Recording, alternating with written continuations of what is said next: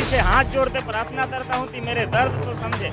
अगर आप लोग इस असलम का साथ नहीं दिए तो आज के बाद इंडियन पुलिस तो बचाने वाला तो दोबारा असलम फायदा नहीं हो।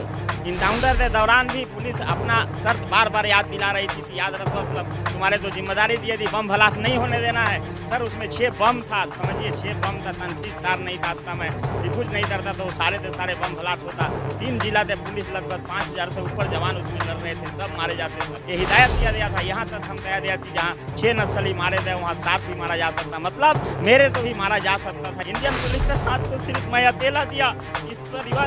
इस लड़ाई में मेरा पूरा परिवार भुगत रहा है सर। मैं किसी तो जान बचाया, मैं अकेला। बिहार के लोग हैं, सब लोग जा सकते हैं अपने वतन, मगर मैं अपने वतन भी नहीं जा सकता हूँ क्योंकि नक्सल का पूरा टीम छपाया हुआ है। वो लोग मुझे बादल कुत्ता की तरह ढूंढ रहा है, तभी मैं इस स्टेट में उस स्टेट में। नमस्कार, मैं शिवम, आप देख रहे हैं ऑनलाइन न्यूज़ इंडिया। हमारे साथ एक ऐसे शख्स हैं जो पुलिस का साथ देते हैं, माओवादियों को ख़त्म करवाने का काम करते हैं और इनाम के तौर पर उन्हें मिलता है 3 साल की जेल। 3 साल की जेल मिलती है और सरकार के द्वारा ये पूरी कोशिश की जाती है कि इनको माओवादी साबित कर दिया जाए और मीडिया इसमें बाखूबी सरकार का साथ देती है। वो सारे सच आपके सामने रखने की कोशिश करूँगा और हमारे साथ नूर मोहम्मद जी हैं, इनसे भी बात करेंगे और इनका जो पक्ष है वो भी जानने की कोशिश करेंगे और क्या कुछ जाती हुई है इनके साथ वो भी समझने की कोशिश करेंगे। सबसे पहले कुछ आपको कटिंग दिखाते हैं। इस चीज़ को आप पहले समझिए, इन अखबारों की कटिंग को देखिए, इसको देखिए, इसमें क्या लिखा है, मुखबिरी के लिए बनाया नक्सली, मतलब निकलने पर भूल गई पुलिस। बिहार के छपरा ज़िले के रहने वाले हैं और बिहार के मोतिहारी ज़िले की पूरी घटना है। बिहार के मोतिहारी ज़िले में 2011 में एक ऑपरेशन किया जाता है पुलिस के द्वारा, जिसमें ये फूल मोहम्मद जी मुखबिर के तौर पे काम करते हैं और माओवादियों के ठिकाने की पूरी जानकारी देते हैं पुलिस को। लेकिन जब पुलिस का मतलब निकल जाता है तब वो इन्हें भूल जाती है। सारी चीज़ें आपके सामने रखेंगे, कई सारी यहाँ पे पेपर की कटिंग है और एक इस कटिंग को आप देखिए, इसमें लिखा गया है कि माओवादी असलम का पूरा परिवार अनशन पर, तब ये जेल में थे। इनका पूरा परिवार इन्हें छुड़ाने के जद्दोजहद में लगा था और अनशन कर रहा था, लेकिन इनके नाम के आगे माओवादी लगा दिया गया। आप ये सोचिए कैसी दुर्भाग्य की बात है हमारे देश की सत्ता के लिए, हमारे देश के पुलिसकर्मियों के लिए और एक आम आदमी के लिए। वो आम आदमी जो अपने जान जोखिम में रखकर पुलिस की मदद करता है, माओवादियों से दुश्मनी मोल लेता है और अंत में क्या मिलता है, 3 साल की जेल और किसी भी प्रकार का सम्मान नहीं। और कई सारी कटिंग है, ये आप देखिए है, अब पुलिस पड़ रही है नक्सलियों पर भारी। एक खबर, दूसरी खबर देखिए, 31 पुलिसकर्मियों को राष्ट्रपति मेडल। पूरे ऑपरेशन के दरमियान 31 पुलिसकर्मियों को राष्ट्रपति के द्वारा सम्मानित किया गया था, मेडल दिया गया था, लेकिन इनको भुला दिया गया और इनका जो सम्मान होना था वो सम्मान नहीं हो पाया।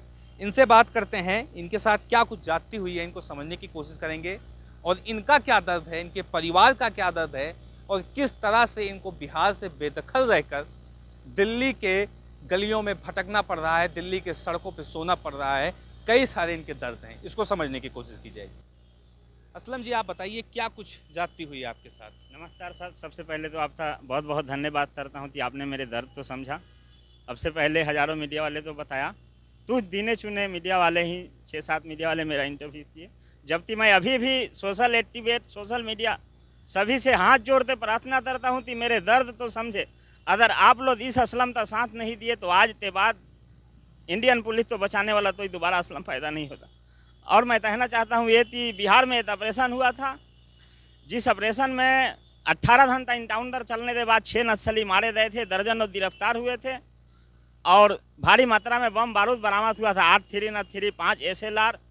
और इसके बीच जो वादे हुए थे 2011 में, तो शर्त ये हुआ था बिहार पुलिस द्वारा कि तुम नक्सली में पार्ट टाइम रहो, हम लोग तुमको 15,000 रुपये पर मंथली देंगे और तो ही तुम्हारे साथ हादसा हो गया तो ये फैमिली मेम्बर तो नौकरी दिया जाएगा और तुम्हें सरकारी मुआवजा जो होता है वो दिया जाएगा। मैं हाथ जोड़ते बोला कि सर ऐसा नहीं कर सकता हूँ, मैं 2 तुच्छ महीना ही आपका साथ दे सकता हूँ। तो मेरे तो ये जिम्मेदारी दिया गया थी, मोतिहारी और छपरा जिला दोनों में नक्सल प्रभावित क्षेत्र है, तुम नक्सलीता रहना सहना सब खबर दो। मैं नक्सली में रहा सर, जबकि बहुत बड़ा रिस्क है नक्सली में रहते, मोबाइल चलाना 12 घंटा में पल पल का रिपोर्ट देना, 2 बार रिपोर्ट देना एसपी, तो ये बहुत मुश्किल बात है। क्योंकि ये मिसाल के तौर पे मैं बता रहा हूँ आप तो कि नक्सली था बड़े से बड़े लीडर इस चीज़ तो हिदायत देते हैं कि कोई भी गलती तरह अदर हमारे फैमिली मेंबर या नक्सली या तामरेड लोग, तो हर चीज़ में सुधरने का मौका दिया जाना चाहिए। मदर अदर किसी के पास मोबाइल मिल जाए तो उसको फ़ौरन शूट कर दो, क्योंकि मोबाइल हिदायत दिया जाता है कि तामरेड आपके पास अगर मोबाइल है तो टीम में जमा करा दो, आप जहां बोलेंगे वहां भेजवा दिया जाएगा। अगर आप मोबाइल रखते हैं तो समझिए पुलिस का आदमी है। इतना हिदायत देने के बाद भी सर 2 से 3 महीना मैं मोबाइल रखा, पल पल का रिपोर्ट दिया सर। दरमाहा उत्तरी बिहार मोतिहारी दरमाहा गांव थेथरिया थाना में, थेथरिया थाना तो पूरा उड़ाने का प्लानिंग था, चारों तरफ 6 बम लगाए गए थे, भारी मात्रा में हथियार बारूद बरामद ये तथ्य दिया गया। ये इन्फॉर्मेशन मैं एसपी दिनेश कुमार तो दिया, डीएसपी दिलनवाज साहब तो दिया। 12 बजे रात में इन्फॉर्मेशन दिया, 12 बजे रात में 12 मार्च तो 13 तारीख तो 13 मार्च तो पूरा गांव घेरा दिया। 2011 तो तल होते इनकाउंटर शुरू हुआ, जो 16-18 घंटा इनकाउंटर चला सर। इनकाउंटर के दौरान भी पुलिस अपना शर्त बार बार याद दिला रही थी, याद रखो असलम तुम्हारे तो जिम्मेदारी दी थी, बम ब्लास्ट नहीं होने देना है सर। उसमें 6 बम था, समझिए 6 बम था, तनफीज तार नहीं था, मैं डिफ्यूज नहीं करता तो सारे के सारे बम ब्लास्ट होता। 3 जिला थे, पुलिस लगभग 5000 से ऊपर जवान उसमें लड़ रहे थे, सब मारे जाते सर। मगर मैंने अपने देश के साथ गद्दारी नहीं किया, अपने वतन के साथ गद्दारी नहीं किया, मैंने ईमानदारी से साथ दिया। मेरा गुनाह सिर्फ इतना है कि पुलिस वालों ने ईमानदारी से साथ दिया और 5000 जवानों का जान बचाया, जितनी सजा मैं भुगत रहा हूँ।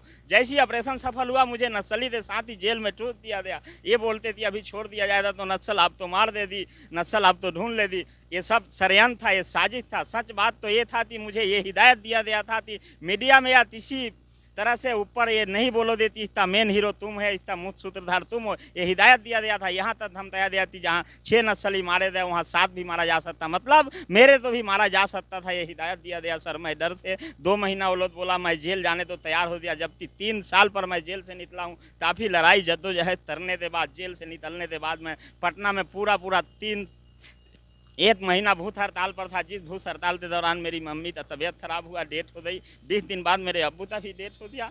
मतलब इंडियन पुलिस का साथ तो सिर्फ मैं अकेला दिया, इस लड़ाई में मेरा पूरा परिवार भुगत रहा है सर। मैं किसी तो जान बचाया मैं अकेला, इंडियन पुलिस का जान बचाया मैं अकेला, मगर मेरी पूरी फैमिली लड़ाई में परेशान है।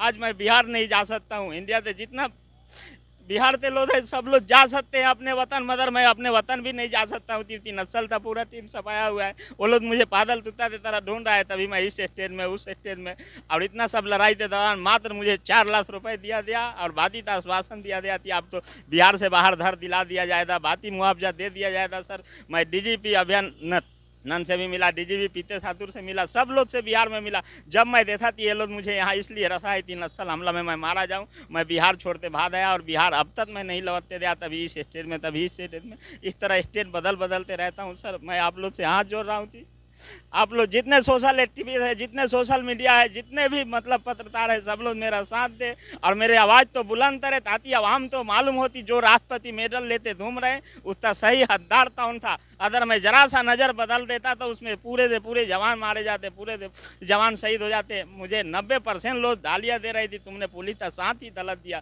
पुलिस का साथ ही नहीं देना था। सर आप बताइए कि मेरा सवाल है भारत से, मेरा सवाल है भारत सरकार से कि जिस सफलता के आधार पे 33 पुलिस वाले तो आप राष्ट्रपति मेडल दिए, तो मुझे क्यों रोड पे मरने के लिए छोड़ दिया गया? मेरे बीवी बच्चों को क्यों मरने के लिए छोड़ दिया गया? इस भूख हड़ताल में मेरे माता पिता पहले डेट हो गए, अब बचे हैं मेरे बीवी बच्चे जिनको मैं ले दे तभी इससे डेट में, तभी उससे डेट में आती। तब तक कभी आपने जो बिहार के मुख्यमंत्री हैं, पिछले 15 साल से लगातार मुख्यमंत्री हैं, नीतीश कुमार, उनसे मिलने की कोशिश की है?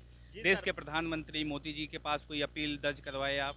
जी सर, मैं मुख्यमंत्री नीतीश कुमार से मिलने दे तो उसी तरह, मगर आप समझ सकते हैं कि जब मुझे यही हिदायत दिया गया है कि आप इसको ओपन करोगे नहीं कि इसका मेन हीरो तुम हो, तो मुझे तौन वहाँ पहुँचने देता। मुख्यमंत्री के पास जो उनके बेलचे चमते रहते हैं, बिहार पुलिस से ही रहते हैं, तौन पहुँचने देता। फिर भी मैं सचिवालय में कम से कम 5-6 महीना कंटिन्यू दौड़ा हूँ और यहाँ जंतर मंतर पर भी 4 दिवसीय धरना था मेरा, आज धरना खत्म हुआ है। और ये पूरे लोगों तो, ये प्रधानमंत्री तो, माननीय गृह मंत्री तो, तेजस्वी यादव तो, तेज प्रताप यादव तो, मैं खास करते ये लोग विपक्षी नेता है, ये लोग तो मैं हाथ जोड़ते रिक्वेस्ट करना चाहता हूँ कि आप लोग मेरा मदद करें और मेरा इंसाफ दिलाए।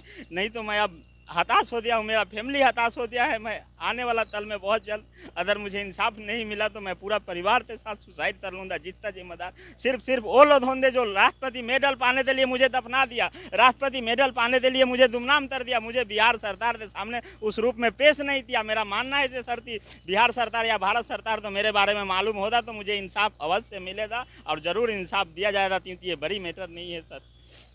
एक खबर हम पढ़ रहे हैं कि मुखबरी का इनाम नहीं तो आत्महत्या की कोशिश। आप आत्महत्या की कोशिश कर चुके हैं? जी सर, मैं जब पटना में भूख हड़ताल पर था, 1 महीना तक भूख हड़ताल पर था, जब मेरे अम्मी पापा डेथ हो गए तो मेरे पास बचा ही क्या था सर। जब इस लड़ाई में साथ मैं दिया, मेरे मम्मी पापा भूख हड़ताल के दौरान बीमार पड़े, डेथ हो गए, जब मैं ही बचा तो मैं सुसाइड का प्रयास किया हूँ, मगर अब की बार प्रयास नहीं करूँगा। मैं दुनिया छोड़ के चला जाऊँगा। तीसरी मुझे ये लग रहा थी इंडियन पुलिस का साथ देते, कितना बड़ा जुल्म किया हूँ मैं, आज मुझे सही मालूम हो रहा। आज 10 साल से मैं दर था धोतर आ रहा हूँ, दर था थोतर आ रहा हूँ, बटत रहा हूँ, मगर मुझे इंसाफ अब तक नहीं मिला। बिहार से बाहर धर देना कौन सी बड़ी बात है सरकार के लिए? बिहार से बाहर धर शिफ्ट कर देना कौन सी बड़ी बात है? जो मेरा हक है, जो मेरे साथ वादे हुए थे। बिल्कुल आपको सुरक्षा मिलनी चाहिए। इसके साथ जो वादे किए गए थे पुलिस के द्वारा, उन सभी वादों पर बिहार की पुलिस को खरा उतरना चाहिए था, लेकिन अभी तक इनको इंसाफ नहीं मिल पाया। क्या कहना है? एक लाइन बोलना चाहूँगा सर। जिस तरह अरशदुद्दीन ओवैसी साहब अपना ढोल पीटते हैं कि हम मुसलमानों पर जुल्म नहीं होने देंगे, मैं आपके ऑनलाइन न्यूज एजेंसियों के माध्यम से उनको मैसेज देना चाहते हैं। विनय दुबे जो ढोल पीटते हैं कि हम मुसलमानों का साथ है, सर आप तो ये बता दो जी, पिछले 6 महीना से विनय दुबे जी तो फ़ोन कर रहा हूँ, मैसेज कर रहा हूँ, अभी कोई रिप्लाई नहीं, कुछ बात नहीं, मात्र आधा घंटा एक बार बात किए हैं। 8 महीना मैसेज करने के बाद वो भी सिर्फ टालने वाली बात किए, नहीं ये सब लड़ाई मत करिए। ओवैसी साहब तो 6 महीना से फ़ोन कर रहा हूँ, उनके पिए तो फ़ोन कर रहा हूँ। जब आप चिल्लाते भरी मजमा में बोलते हैं कि हम मुसलमानों पर जुल्म नहीं होने देंगे, तो मेरे पर जुल्म हो रहा है, मेरे परिवार मारा दे, आधे से ज़्यादा मारा दे, आधा बचा हुआ है, तो आप क्यों मेरे मुद्दा में आवाज़ नहीं उठाना चाह रहे, क्यों मेरा मदद करना नहीं चाह रहे? वैसे मैं आपसे हाथ जोड़ते रिक्वेस्ट करना रहा हूँ कि आप अगर मेरा न्यूज़ देख रहे तो आप मुझे हेल्प करें। आप अगर मुसलमानों की हद हुदूद से बात करते हैं तो मैं भी एक मुसलमान हूँ, मुझे क्यों दरकिनार कर रहे? पिछले 6 महीना से मैं आपको मैसेज और फ़ोन कर रहा हूँ। फिलहाल ये इनका दर्द है और इस दर्द को आप लोग समझिए, वीडियो को ज़्यादा से ज़्यादा शेयर करिए, लोगों तक पहुंचाइए और इनको इंसाफ दिलवाइए। इस खबर को लेकर आपकी राय क्या है कमेंट बॉक्स में ज़रूर बताएं। साथ ही साथ चैनल को सब्सक्राइब करें। मिलते हैं इस तरह किसी और खबर के साथ, तब तक के लिए नमस्कार। इस खबर को अभी लाइक करें, शेयर करें, अभी चैनल को सब्सक्राइब करें और घंटी जरूर दबाएं।